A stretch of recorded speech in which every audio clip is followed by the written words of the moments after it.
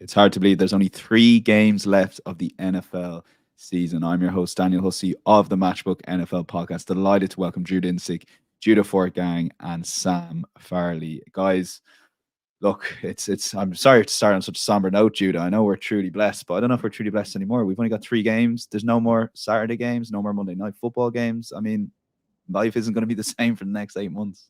That's certainly true. It is kind of devastating to think about it, but I will say about Sunday at 2:30, we've got maybe the best 6 hours of football ahead. I like to always say that Conference Championship Sunday is probably the best day of football, though I'm not sure. In the past, divisional round has been good too. I'm still absolutely stoked for this weekend of football. We got to cherish every last bit we have. Yeah, Sam, I'm with you that it is generally the best day of football, particularly getting those 2 games back to back. We can say it in all sports. I always think of if I have to go to one of the darts games, it would be, or games in the Ali Paddy, would be the semi-final double header. Do you know? And I feel like in all sports, you can talk about that in the Aussie Open. If you can get a semi-final double header, go to it as opposed maybe to a one-off final. Yeah, I think you're totally right. And how often across all sports really do we find that the finals often flattered to deceive? Hopefully that won't happen this time, but it's going to be nice to get a nice sleeping pattern back on a Monday. So I'm looking forward to that. But other than that, no, I'm dreading it already. Yeah, true. Like it's just savor it, I guess, this week. But look, it's gonna be a theme of the show, so we can obviously repeat it throughout the show. But like these markets are as efficient as they get, but you're still gonna have a little bit of action yourself, aren't you, over the next few weeks? Yeah, this is getting tougher. Surprise. But yeah, no, the games that we have to handicap are especially fun for those of us in the content space because these are 2 games that we didn't see this year, which is fun. And there are 2 teams that have like some fun kind of particularities on offense and defense that makes it especially interesting if you're coming at this from a matchup handicapping angle. And there's definitely something to be said if you're coming specifically from a data handicapping angle. Like, are you using Ravens the last month of their offense to rate this offense, or are you using the full balance of the season? Are you using Niners last month of their defense, or using the full season? And like some of these questions and how you weight kind of recent performance is really pretty important when it comes to coming up with fares for this week. So even though things are getting tight, I think this is about as fun of a couple matchups as we could have asked for in terms of creating content. Yeah, no, I'm really looking forward to this as it goes because playoff muddle was a few weeks ago. The playoff picture was muddled, but I think overall it's really delivered over the last couple of weeks. Let's hope the Chiefs at the Ravens and the Lions Niners do. We'll have a quick look at the Super Bowl outright price. I just want to bring them up to the bottom of the screen. If you are an outright bettor, you've got the Niners 2.6, Ravens 2.92, Chiefs 5.2, and if you want a fun one, I guess, or a team to support last minute, 11.0 on the Matchbook Betting Exchange. And do check out the Matchbook Betting Exchange. We would invariably be best price, not just on the outright markets, but on NFL games, horse racing, football. Obviously, Cheltenham's coming up, a lot of Premier League football coming up. So do check out the Matchbook Betting Exchange. And we have noticed a lot of new podcast listeners in particular. So if you are listening, wherever you're listening, you're welcome along. Do hit that 5-star review wherever you're listening. It'd be much appreciated. And those on the YouTube, as always, hit that like button and comment who you think is going to win the Super Bowl or what your best bet is heading into AFC and NFC Championship final weekend. Well, we're going to start. Lions are actually bigger this week to win outright than last week. So there you go. We got a stat from producer Ryan there. So wow, that's rattled me there a little bit. 11.0 the outright. They are actually a bigger price this week than they were last week. So you'd be a bit of hard done by there backing them last week, I'd have to say. 10.5 they were last week. Let's get going. AFC Championship final. Let's go to the Chiefs at the Ravens and take a look at the betting we currently have on the Matchbook Betting Exchange. The Chiefs are 278 underdogs on the money line to the Ravens, who are 152.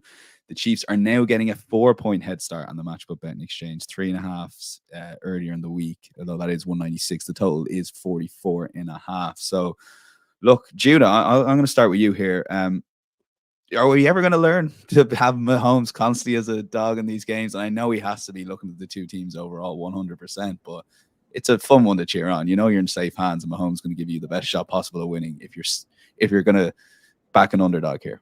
Yeah, I think that's honestly a great way of framing this game, because if you strip away most things about the Chiefs and you just kind of like play them as if they had the same numbers as the Seahawks, I think this game is priced very differently, as like knowing the history of the Chiefs and that like they can kind of flip the switch and no one would really be so surprised. And I think that's actually kind of what's happened over the past couple of weeks. Something that really, really caught my eye was that the Chiefs had their highest explosive pass play rate over the last 3 years last week by like a 4% margin. Now, granted, a lot of that has to do with the fact that they only ran 46 plays, but that is exactly what's been missing for the last couple of years, which is like, sure, I think the degree to which it is true that the Chiefs had a high explosive pass rate is in part due to the sample size, but it doesn't kind of change the fundamentals that they were actually able to have a lot of explosive success. Not just that, but the Week 17 game and the Week 19 game are not too far behind. I think we're starting to get a little bit of a resemblance of the Chiefs' offense of previous years, which makes this a particularly interesting game, I think, to handicap, because the Ravens' pass defense, by all means, has been absolutely dominant this season. And it's even been, I middle of the season thought they were kind of fraudulent. I certainly do not hold that view now. And like they haven't had exactly a cakewalk of a schedule. Oftentimes when you have teams that are like really dominant, especially if you want to look at stats like EPA, a lot of that has to do with the teams they faced.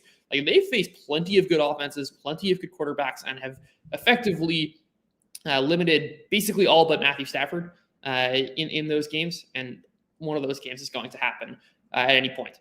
So I think that's kind of the central angle of this game, which is like, what do you think about this Mahomes versus the Ravens pass defense? If we have the Chiefs offense that is more like the 2021 unit or the unit of the last couple of weeks, I think it almost mitigates the strongest part of the Ravens, which is that baked into a lot of this pricing is the pass defense and how good they've been.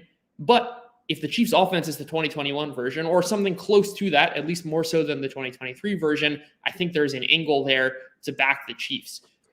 Which is to say that the market is pricing in a Ravens defense, which is really good. But when those two things interact, I take the Chiefs offense over the Ravens defense. And that's kind of, I think, the tails play here and why I like the Chiefs on the alts. And also a case of just like, you want, as you said, like this is Patrick Mahomes we're talking about. This is an absolute alien where like all matchups are kind of irrelevant if Mahomes is manipulating the pocket as he did on Sunday. And you just don't get him as an underdog all that often, that it certainly makes that side very appealing. Yeah, you certainly don't get him as a 278 money line underdog, Sam. And I understand the reasons for that. And Judas sort of aligned a lot of that. But it's tempting, isn't it? 278 on the money line. It is tempting. And for my best bet on this game, well, I've gone for the total. We'll talk about that in a minute. But I'm kind of backing the Chiefs in more of a lean. I will be putting money on them. I haven't yet. But the reason I'm not totally sure is last week I kind of, again, I was really impressed by that first performance in the playoffs against the Dolphins, but I didn't want to sort of anoint them as being back to their best after what was a relatively small sample size. I'm even more impressed now, and I feel like I probably have seen enough to kind of say that they are potentially back, but I just the conservative kind of better in me wants to just hold fire slightly. But I do think if you're going back the Chiefs, you have to back them on the money line rather than the spread. I don't think there's a point in taking the spread, to be honest. But just the quality we've seen from them in the playoffs so far. There's been a nearly 5-point jump in their playoff average for points scored compared to what it was in the regular season. And although the Dolphins and Bills aren't, truly elite defenses, they're certainly, no pushovers either. So, yeah, I'm very kind of confident on them, but I feel like I need to see more. I still need to see more. I love the experience angle. If you kind of weigh up what we've seen from Mahomes in his career to date, and then obviously we can kind of put that on the Ravens then. And last week we spoke about Lamar's sort of playoff record not being particularly good, and it's still not exactly exceptional. It's 2-3 in the playoffs, and 2 of those 3 defeats were when he was a favorite. So I still think there's questions to be answered there.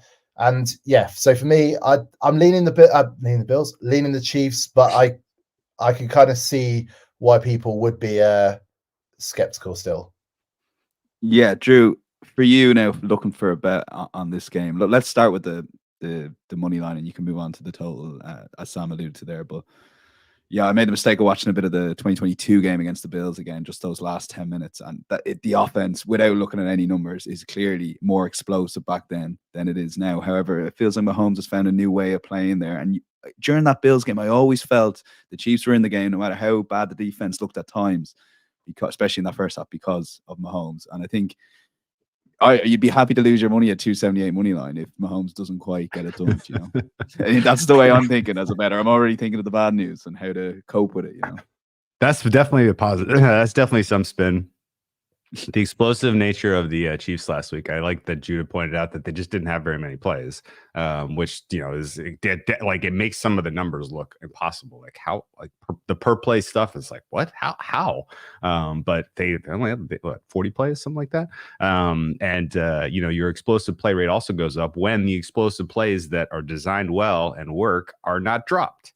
And that's kind of the big difference in what the Chiefs offense looked like last week relative to large stretches of this season. So credit to Mahomes for continuing to plug away and take those shots, and credit to MVS and Travis Kelce for finally, reeling in some catches instead of whatever in the world was going on with him for the balance of this season. So I thought really just this Chiefs skill position players kind of elevating to Mahomes' level really helped that the offense sing last week. And even then, it was still very in the balance. That game against the Bills, man. I mean, we could spend 10 minutes just really breaking that one down. Bills just kind of either Josh Allen dealing with some sort of injury, or just the entire team kind of getting tightened. From the decision making all the way to the coaching staff through the quarterback. It was a little bit of a got tight at the wrong moment for that Bills squad that just kind of kept them from continuing to go score and answer with the Chiefs. We had 3 straight touchdowns to open the second half, and then that was all of the scoring for the game, which was a little bizarre. I think the kind of the message is, you have 2 quarterbacks with a relatively significant amount of playoff experience now in Josh Allen and Pat Mahomes, and they're going to elevate their games at this time of year. They're going to, and in general, the coaches are going to call the good plays. And I think, that's kind of the theme that you've seen with the Chiefs every single year under Mahomes, outside of the first year where maybe their best football was kind of in the regular season. Every other year, they're a team that builds into the close.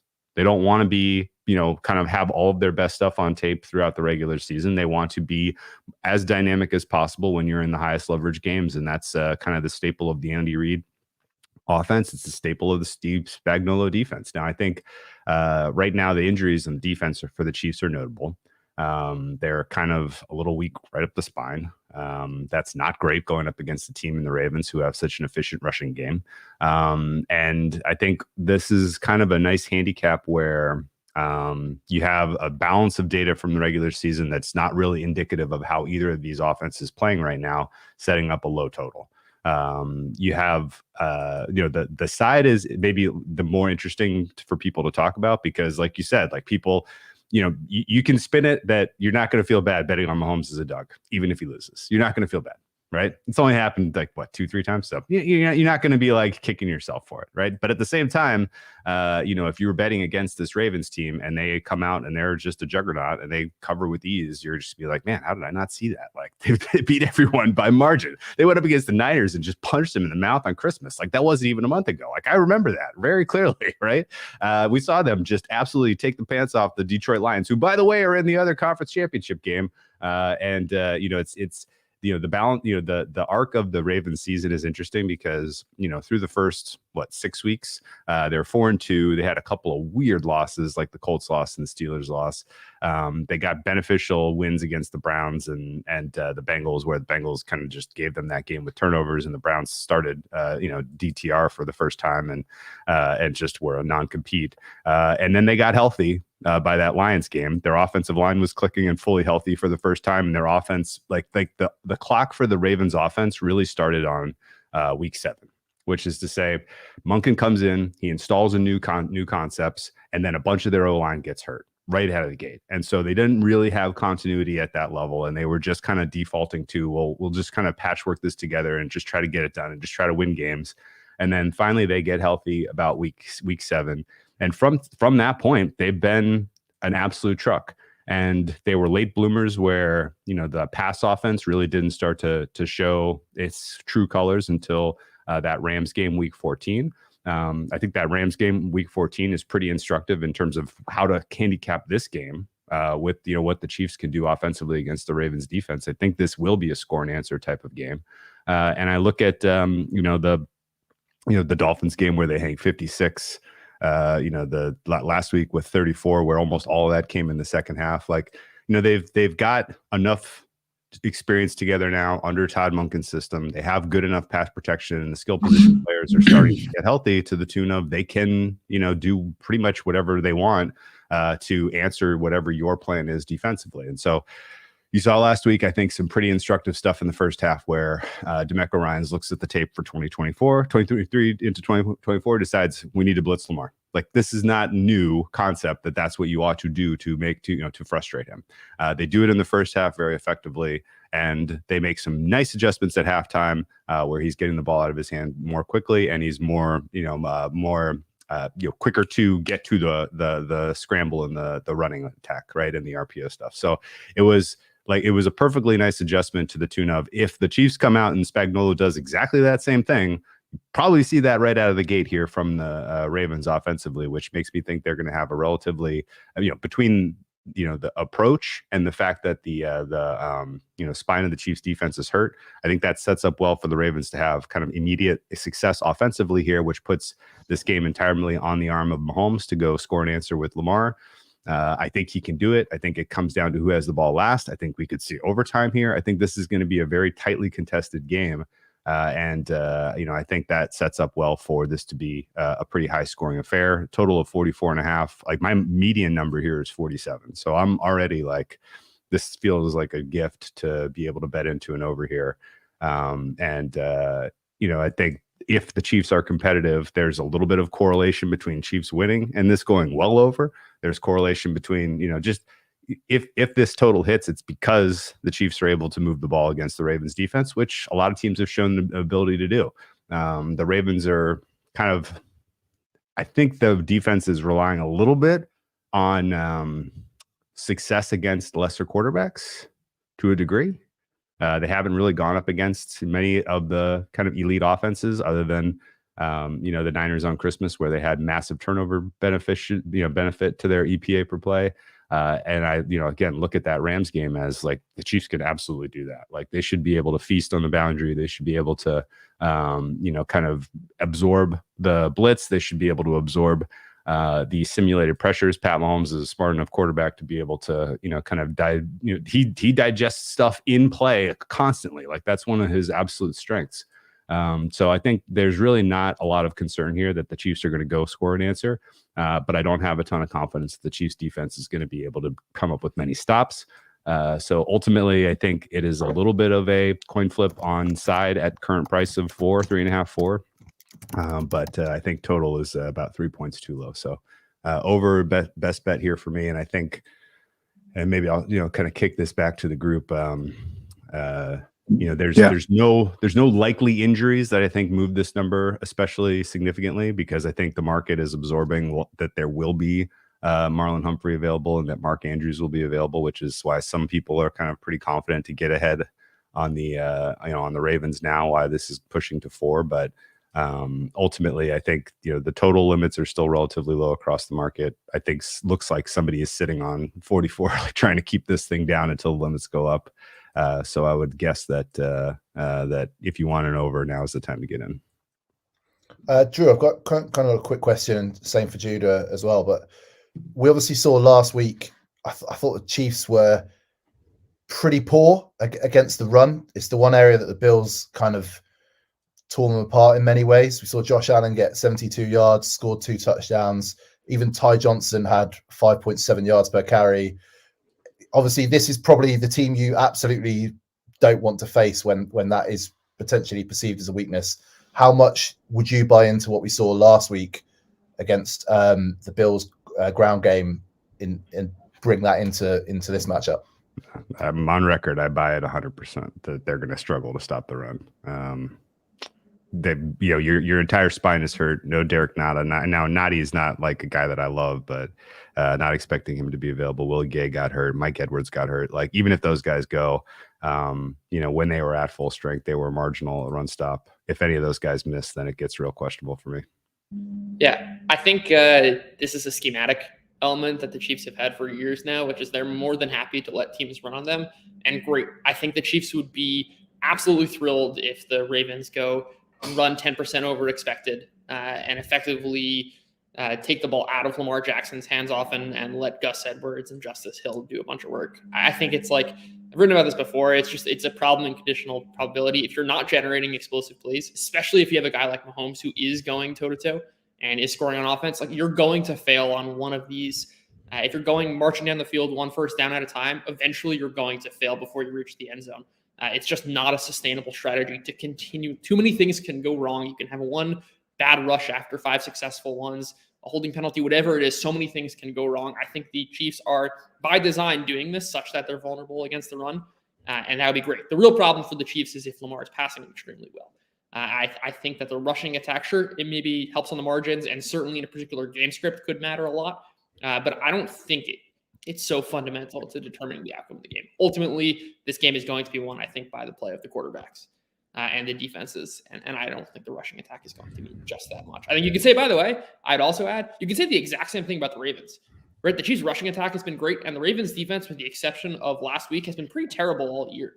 The Chiefs can very much get this ground game going, employ the same style, but it's precisely the point that I think I made earlier, which is that we're not talking about that because it's secondary. The Chiefs are not going to win because of Isaiah Pacheco in the ground game. Maybe they will, but the fundamental way in which the Chiefs want to win is by letting Patrick Mahomes play. That's how you win football games in 2023. And like, on the margins, these running stuff can matter. I really don't think it's integral to how this game's going to play out. And Judah, for you on the total, final word. So we've had so to recap the sort of bets here, Drew's leaning Chiefs, but he's played the 44.5. Sam's the exact same. Yourself, you've actually played, or you're going to play money line at 288 on the Chiefs. The total, what sort of puts you off having a bet on the total here? Yeah, I like the over. I would just rather take my exposure. My main angle for liking the over is the Chiefs and thinking that they are mispriced relative. And then, like, if they're pushing up the score, the Ravens will certainly, I think, follow in like one of those higher game scripts. But I do see a potential of if these two teams do decide that the ground is going to be their method of attack, like, it can be a very slow affair. I would just rather take my exposure there on the Chiefs, though I absolutely like the over if I have to pick a side.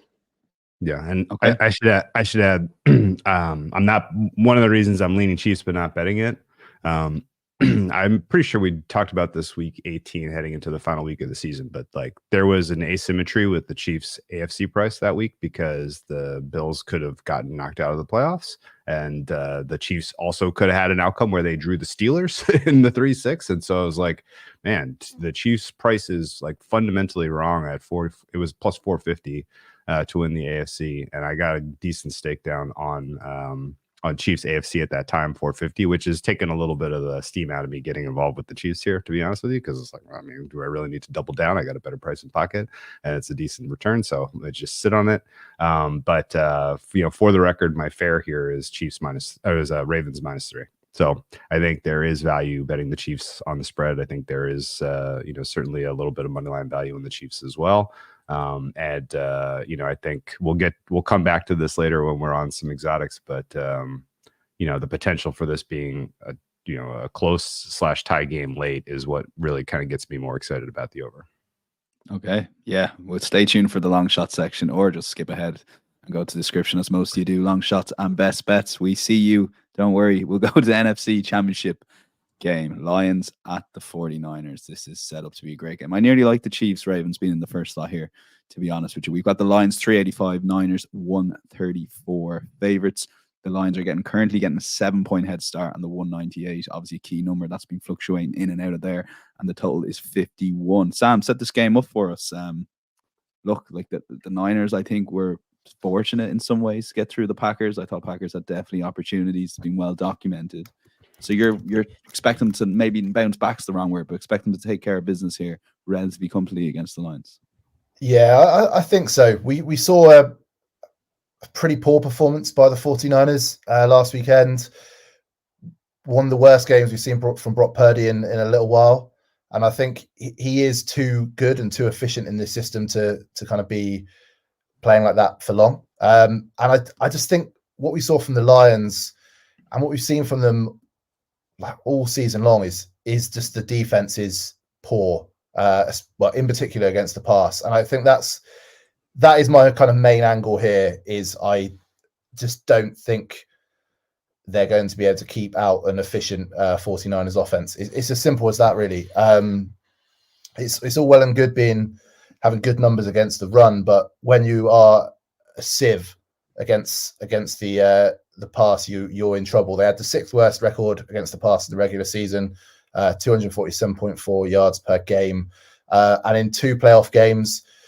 And I know things are different in the playoffs. There's sort of obviously the leverage around the way the game is going, and that kind of plays into it. But they've averaged 338 yards through the air against them in both games, which that terrifies me. And one thing we know about the 49ers is they can be incredibly efficient, and I think that's what's going to really be the difference here.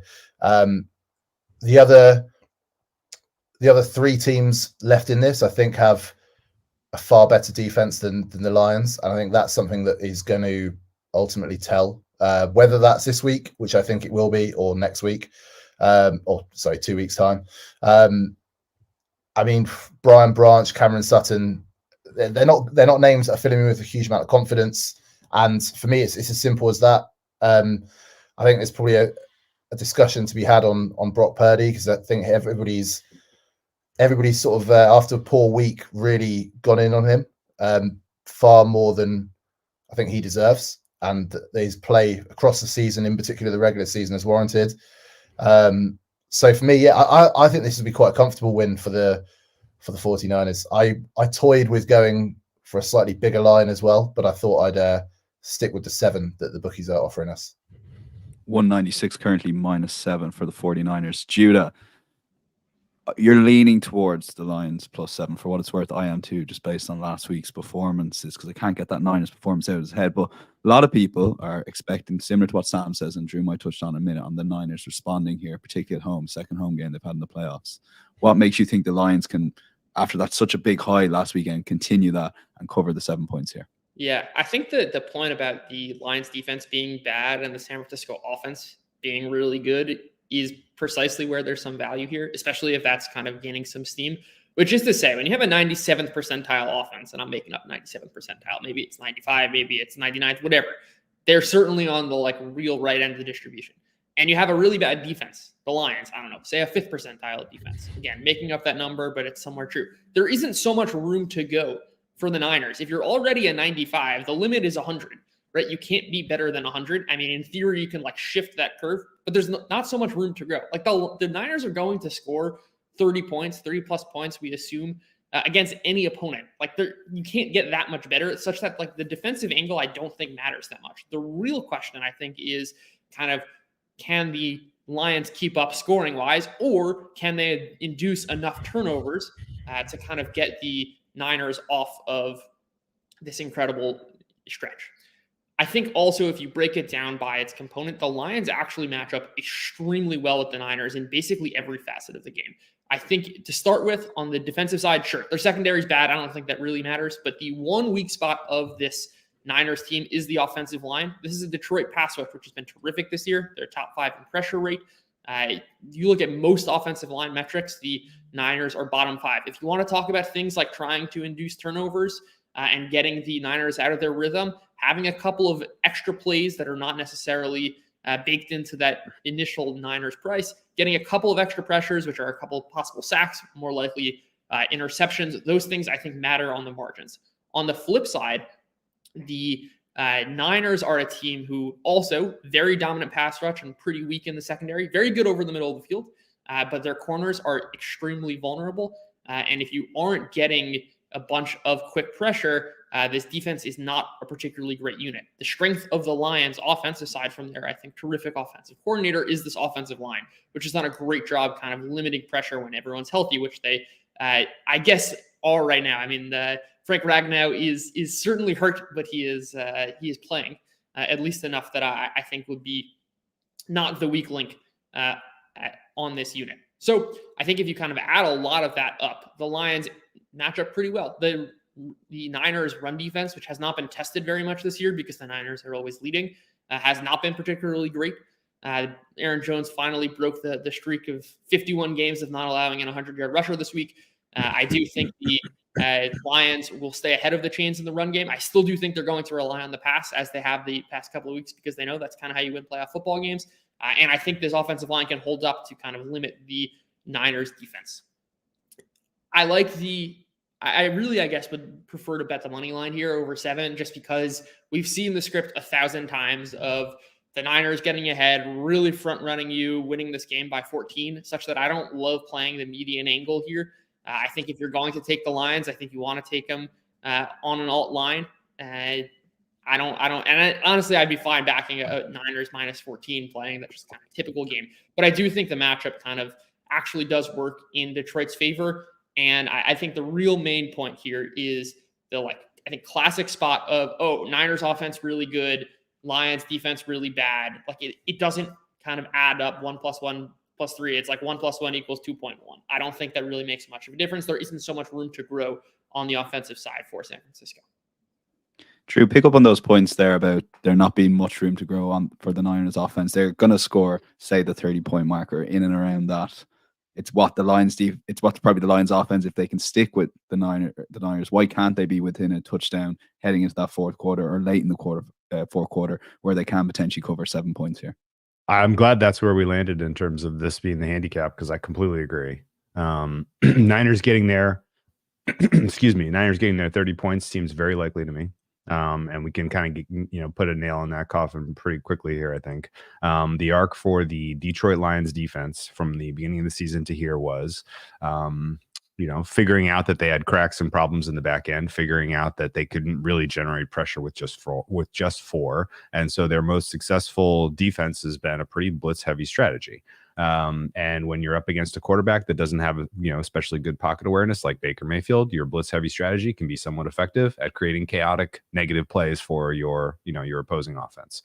That will not work, in my opinion, against this Niners defense. I have very, very tough time seeing how they're getting pressure with 4. And if you bring the blitz, like we saw with if you're unable to, I guess I would go the counterfactual. If you are able to generate pressure with 4, you can make Brock Purdy look pretty darn bad. The elements certainly mattered in terms of reducing his effectiveness, but like the games where he really was struggling this season, outside of the games where he was concussed, were against the Browns and against the Browns, against the Ravens, and against the Packers last week. And all of those games, the front four generated a ton of pressure. Packers had like 8 pressures last week. They only got to him once, but it definitely speeded up his progression. It forced him into, some pretty bad throws, and it made him just in general look like, the quarterback everybody wants him to be, which is not very good. I don't particularly expect that the front four is going to generate pressure here. I think you're going to see the Lions stick with who they are, which is, a relatively high blitz clip, and Brock Purdy masterful at, picking that up. Conditions being especially nice weather-wise, I think helps him knife this defense. And the kind of key point, I guess, is if you watch that Bucs game closely, because you had a big old bet on the Lions tackling was a problem, guys. It was not especially good. They gave up like yak on plays that you see many other playoff defenses just lock those down, like 2 yards, move on. Like they were giving up, just unbelievable yards after the catch. The screen pass to Rachaad White in the red zone was just like, what's happening? Where are the defenses? Like, if they can't catch if you can't catch Rachaad White against that run blocking unit, you have zero chance against Christian McCaffrey. So there's going to be some explosive plays, opportunities here, yak opportunities for the Niners. I don't have a strong read one way or the other if Deebo Samuel plays, but honestly, this feels like you want Brandon Ayuk to go do a Mike Evans impression, but except to catch the ball every time. He's got you. Like Brandon Ayuk can be a wide receiver 1 in this game and absolutely crush these corners down the field. So good luck to the Lions defense. I don't see them, being able to put the Niners offense in a bottle, and Kyle Shanahan probably Particularly based on the fabric and what the Lions want to do. I think his offense fits hand in glove with that defensive scheme in terms of really just making them hurt. So Niners get to 30 pretty comfortably here. Lions cover, Lions threatening to win entirely depends on their offense getting into the high 20s. And that's, I think, where you have to really scratch your head here, because the Niners defense, by a lot of kind of common, just the way people talk about them, the way people look at their data this year, like, it's easy to say that they're overrated. Like, it's pretty easy to say, like, people consider this like, a pretty clearly a top 10 unit, maybe even a top 5 unit, but none of the data would tell you that they've been that good. And they are not 100% on the back end. Like, the secondary is a little weak. And, if you really want to kind of pinpoint what's different about this year's Niners team to previous iterations, they're not generating any kind of actual chaotic plays on defense where, you're getting these huge negatives in terms of sacks. Last weekend was, a classic example. Like, you'll never believe it, guys. Nick Bosa got 5 pressures and 0 sacks. Like, for whatever reason, like, these guys are able to put pressure on quarterbacks, but just cannot get home. And I would say that the injury to Frank Ragnow matters, even though he'll play through it. The absence of Jonah Jackson should matter. The fact that you have a fresh Javon Hargrave and Arik Armstead in the middle here, creating pressure on Jared Goff, I think is huge. And if you again kind of look at the Lions, over the balance of the season, one of the reasons last week I thought was such an appealing place to back the Lions was because you were going up against Todd Bowles' blitz heavy defense, and Jared Goff handles that well. The Niners are not want to blitz. They'll blitz maybe a couple of times a game in just key situations. And I think if the Niners front four wins, this game ends like the Lions Ravens. Like, this is a non-compete. If the Lions if the Lions offensive line can kind of withstand that initial rush and allow Jared Goff time to operate in the pocket, he can definitely hurt them downfield with particularly with Laporta. I would guess over the middle against a weak safety core, and he can pick on the nickel back with Amon-Ra St. Brown. So, like, there's scope here if the pass pro holds up for the Lions to go, score for score with the Niners. But I'm fine kind of expecting that the home crowd, this is a big pivot now. Lions have been home for a long time. Lions haven't played a good front four in a long time. Like, they're now on the road. They're now without one of their key starters. Their center is injured. I'm okay kind of leaning on those 3 points as being enough to tell you that the Niners defense is going to look better than what we've seen over the balance of the season because of the way they fit against this, this Detroit offense. Now, the Detroit running attack has been unbelievable. They are wasting downs, giving the ball to David Montgomery instead of just giving it to Gibbs 30 times, but we'll save that for the offseason post-mortem on the Lions.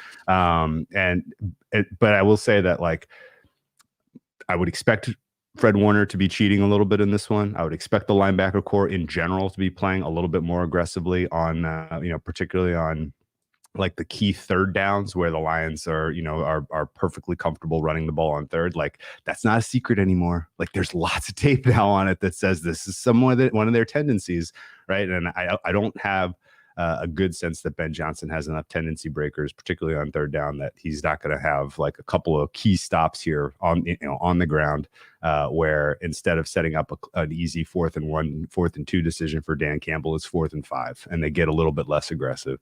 And I think that's really it's going to be one in the margins. I think the cover comes in the margins with the Niners defense against the Lions offense. And I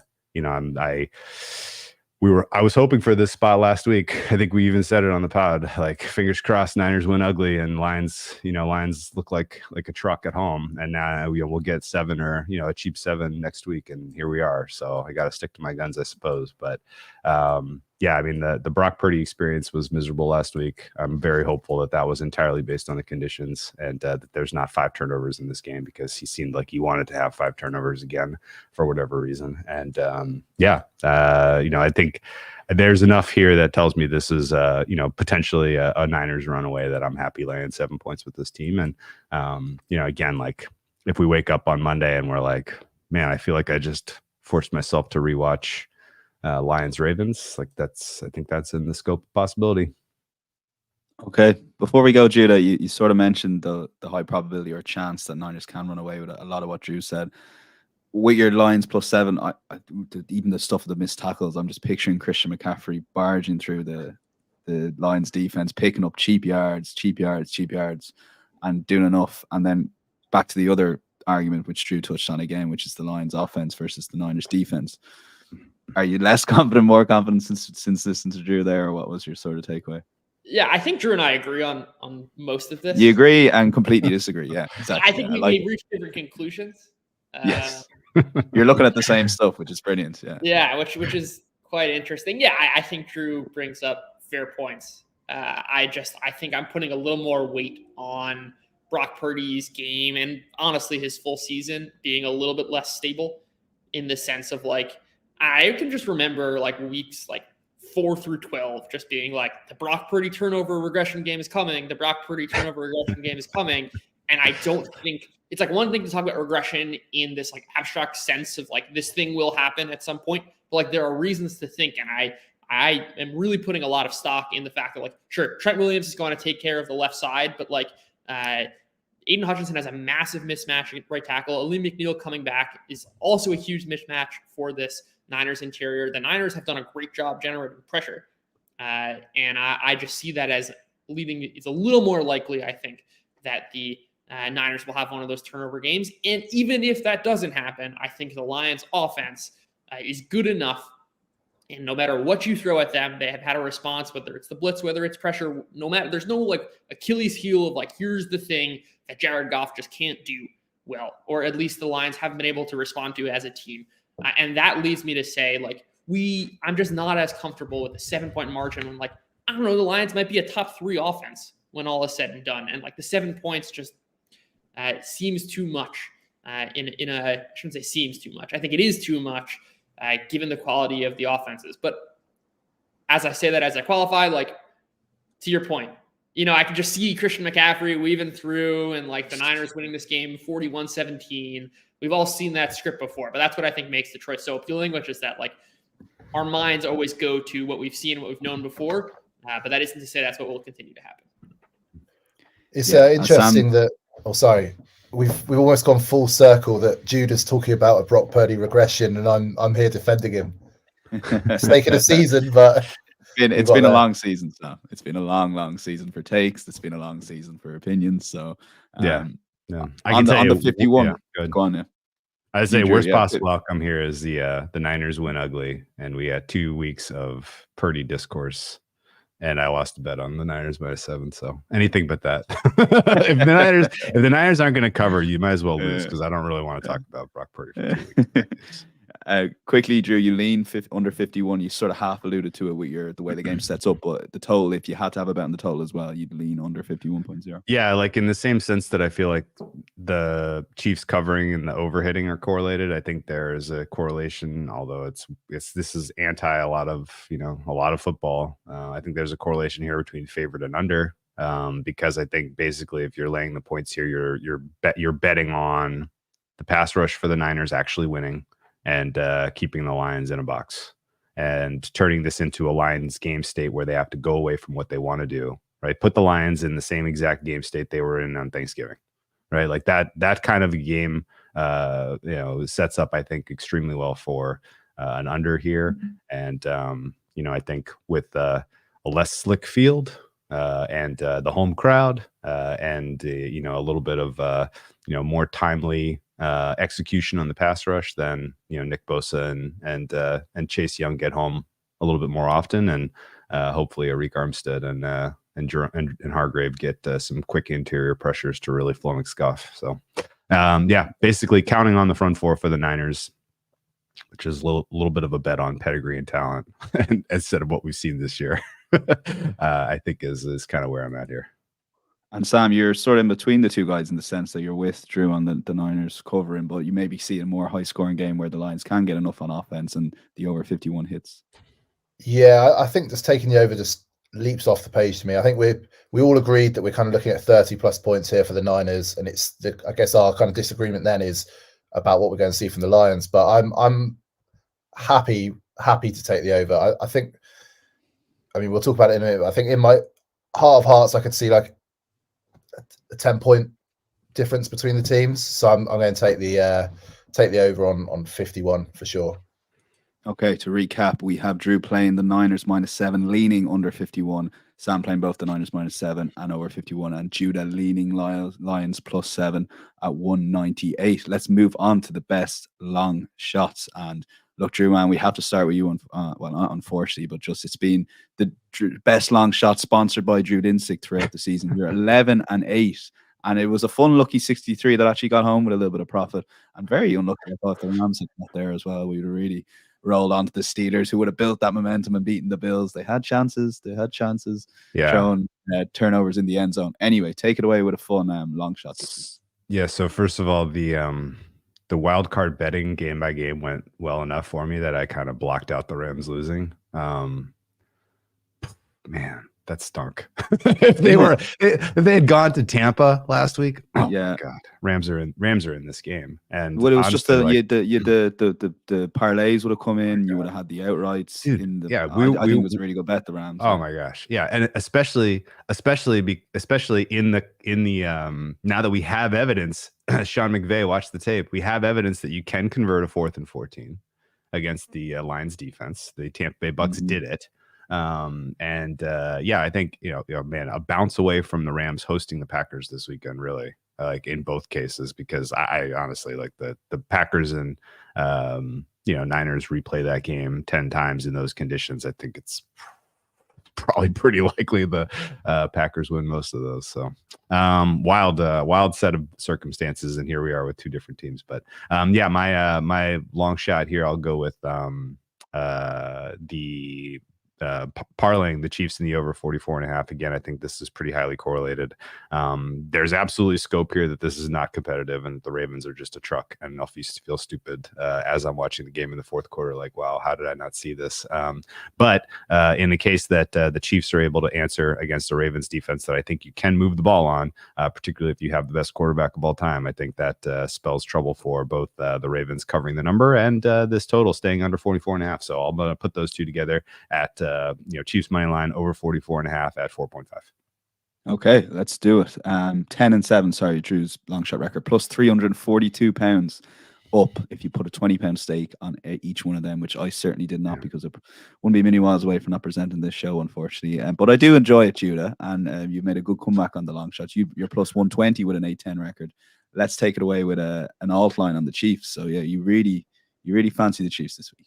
I do. I think the way to attack this game is on the tails, effectively saying that this Chiefs offense resembles a lot more of the units we've been accustomed to seeing with Patrick Mahomes and the Chiefs than we have this season. And I think there's good reason to believe that, talking about the explosive play rates, which they had their highest explosive pass rate of the last 3 years. Last week, their past 2 games are not far behind. I think that is some signal that the Chiefs are back. And I think Drew kind of talked about this earlier, which is that I think the name of the game, the markets are efficient now. The name of the game at this point in time is balancing the relevant sample. Is it the full season's worth of data? Is it the short-term data? How do you kind of balance those two things?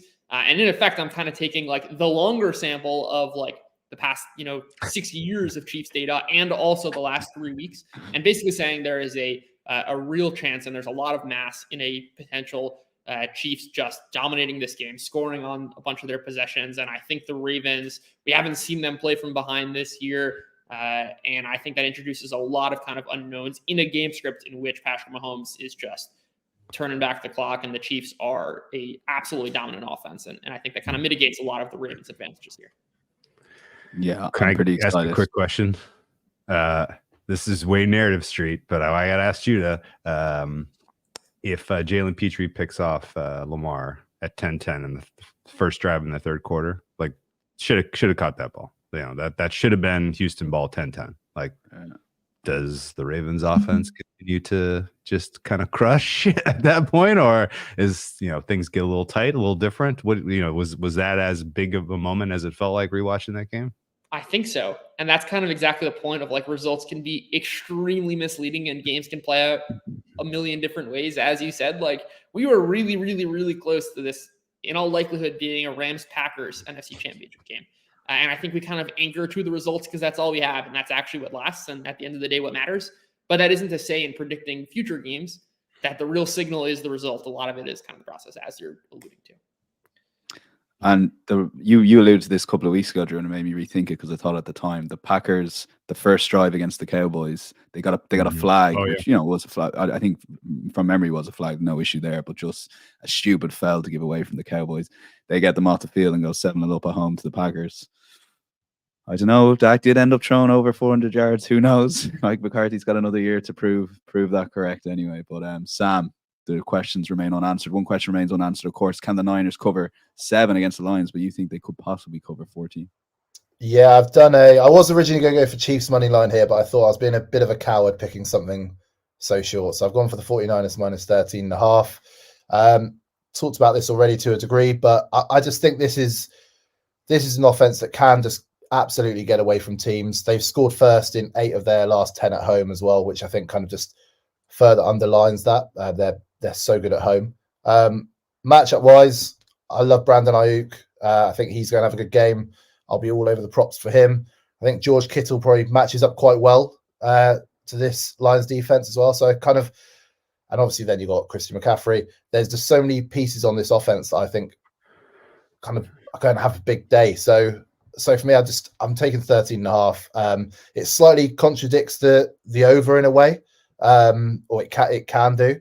But I do think that if there's one kind of alt line I really like this week, it is the 49ers to win by 2 scores. Okay, fun one maybe to cheer on too. Judah, best bets time. Your best bet last week was the Chiefs, and their SP, or at least the price we tipped it at the time, was 232. So what's your best bet this week? Yeah, going right back to the well with the Chiefs here. I talked to the reasons why I don't really like the spread in the Niners and Lions game, and I'm just putting stock in Mahomes having turned a corner at this Chiefs offense. I think this game plays out very differently to most of the games that both the Chiefs and Ravens have played this season. I think we're getting another Patrick Mahomes Super Bowl here. Okay, I mean, that is exciting. It'll be a great 2-week build up to that. Final word to you, Drew Dinsick. What is your best bet? Yeah, we got Sam as well. Yeah, carry on. I'm going to go with the Niners minus 7. Color us as the bravest podcast in the space, the bravest content creators. We are going to war with Pat Mahomes and Kyle Shanahan. No one else will do it. We'll do it. No, this is entirely believing in the Niners being able to dictate game state, home field advantage being for real to help the pass rush get home and keep the Lions somewhat in check early in this game. And I think that sets up well for the Niners to look like the juggernaut we remember when they had equally advantaged matchups against teams like the Seahawks and like the Eagles and like the Jaguars. Like I put the Lions more in that category of team than I put the teams that we've seen the Niners struggle with. So for me, this is potentially a long tail Niners win by margin, make it comfortable, and I'll lay the 7. Okay, yeah, I was confused there, Sam, because your best bet is also the Niners as well as long shots. So all in on the Niners. If the Lions go 7-0 up in the game, you're not in a good all spot. In on the Niners. I think what kind of interested me here, and Drew kind of mentioned it earlier, is when we saw that Bucs-Lions game end, I was really excited to see what the line would be. And when it opened at 7, I'll be honest with you, I was quite surprised, even with the Niners sort of stuttering against the Packers. I thought it would be closer to the 9.5 kind of number that game was. So yeah, the second I saw that, I knew that I was going to be on this line immediately. So yeah, I kind of got to stick with it. I think they're the best team in the NFL still. I think I've been saying that for a couple of months now. So yeah, for me, 49ers minus 7 all day. Okay, and before we go, Drew, I guess it's always fun to look ahead to what is the biggest sporting event in the world, or right up there, at least in America, that is. But yeah, the Super Bowl matchups, quick sort of one-liner to get us excited. What's your perfect Super Bowl for you to price, but also for us viewers to watch? What will be the best outcome? Well, the best outcome for what I bet this week is Chiefs Niners by margin. So hopefully that's what it is. But that's to say, like, even if the Ravens win and go to the Super Bowl, like Lamar Jackson is a singularly awesome part of the NFL this generation, and to see him kind of get to a Super Bowl would be pretty cool from a kind of capstone achievement standpoint. So not going to be sad if the Chiefs don't make it this year. And yeah, there's lots of examples of like, I don't know, you guys remember back like in 2006, like Tom Brady had never lost a playoff game. I was a pretty naive bettor at the time, and I was like, well, just bet on Tom Brady. He's a dog on the road against the Broncos in 2000. Like, yeah, it's the team sucks, but who cares? Like, Tom Brady doesn't lose playoff games, and yeah, he lost. So like it, there's a, take the Mahomes dog stuff with a little bit of a grain of salt, because like, there are extenuating circumstances, surely. You saying there's a reason he's a dog? Yes. There's an actual reason to think that there's a reason. There's a reason. Exactly. That said, if Mahomes does win this game, like the everybody reprices the Chiefs, right? Like we've there's a potential that the Ravens have just kind of, it's what was the last time you guys remember seeing the Ravens play a lousy game? Like September, like, or early October. Like, it's been a really long time since you've seen the Ravens like truly like put up a stinker, right? And because of that, like every week people kind of nudge them up a little. Market kind of has this effect where they're floating up to the ceiling like a balloon, and certainly they are so high that if the Chiefs beat them, like people will automatically say, well, they have to be higher than the Ravens were, right? Like that's kind of the intuition people go through mentally, and as they're kind of making fares for teams. And so I think as you look at the markets that are out there, there are a couple of outcomes of this game that I think would broadly shift what some of these look ahead numbers are currently. If the Ravens are dominant, people will continue to upgrade them a little bit. You could see them close neutral, meaningful favorites against a team as good as the Niners, even though like literally a month ago they were 6.5 point dogs on the road. Like, and there's no real change in personnel other than maybe Mark Andrews. Like, that's kind of crazy to me, but that could be one thing we see. And if the Chiefs win and it's Chiefs Niners, I would expect that there's potentially a big upgrade on the Chiefs, and you see something more like a pick'em in that game than the current look aheads would suggest, which is to say that they're done giving away money on Mahomes as a dog kind of a mentality in the market. I'm boosting them as well, yeah. But if the Lions win, I think people are going to be more want to blame Brock Purdy and the Niners for not being as good as we thought. Like, there's going to be less of a, hey, because I think that there's less kind of concreteness in the way people feel about the Niners in their rating than there is about the Ravens right now, just because there is recent history of the Niners not looking great against the Packers, against the Ravens. So like, if the Lions win, people will be like, yeah, I mean, they're good, but it was, the Niners were frauds. We kind of knew that, right? And so you could, there's potentially a setup of Lions being meaningful dogs to the Chiefs when maybe that's not enough of adjustment on Lions and too much on the Chiefs. God help us if it's Ravens Lions. I don't want to handicap that for 2 weeks. Judah, final word for you. Super Bowl. Yeah, I kind of fine with anything. I think they're all intriguing matchups. We're truly blessed, of course. We are truly blessed. I want to. Are we gonna? You guys were on the show last year, but we spent literally an hour, and my only talking point was, this is a once in a lifetime you're going to get to bet on Mahomes as a dog. Yeah. Are we going to get it again? Right? Like, is Mahomes really going to be a dog for the second straight year if he's against the Niners? I guess that's kind of like where I'm really curious as to what the market says that price should be. Because we're expecting, at least I'm expecting the market is expecting the Niners to win by a touchdown here, right? Like, they're not expecting this to be an especially competitive game.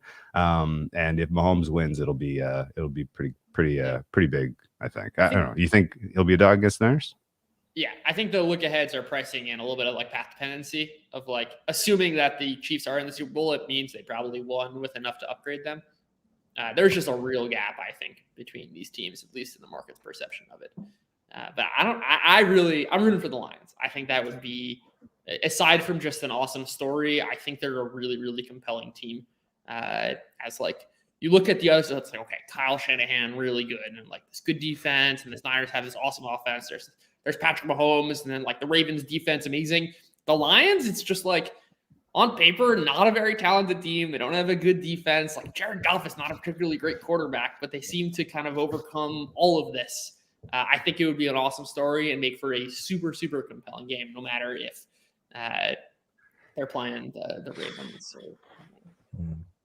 Sam, what do you want to stay up till 4:30 on Super Bowl Sunday? Who do you want to watch in that Super Bowl? Well, it kind of depends who you're asking. There's me, the viewer, and then there's the wallet. Yeah. The wallet wants the Niners Chiefs Super Bowl, but I think that my heart would love a Ravens Lions Super Bowl. I think that's got pure chaos potential. Fun fan bases. Quarterback I love in Lamar Jackson, and then just the idea of seeing videos afterwards of Dan Campbell celebrating a Super Bowl just fills me with the most incredible joy. So either way, I think that's what I'd love to see. But if I'm honest, I can't see the Lions make it to the Super Bowl, and if they were to make it to the Super Bowl, I can't see them winning. So well, let's save that for a week's time, maybe, or 2 weeks' time. We get CBS as well. We get Jim Nantz and Tony Romo and Gene, of course, who was always part of the coverage, but now it's a 3-piece. It used to be a 2-piece. But I do love the Tony Romo discourse on Twitter, because I do overall like him, but I understand where people are coming from. So I find his inner thoughts coming out at you just funny to watch. I'm not getting any insight though, but it is quite fun to watch. I don't know, Gene.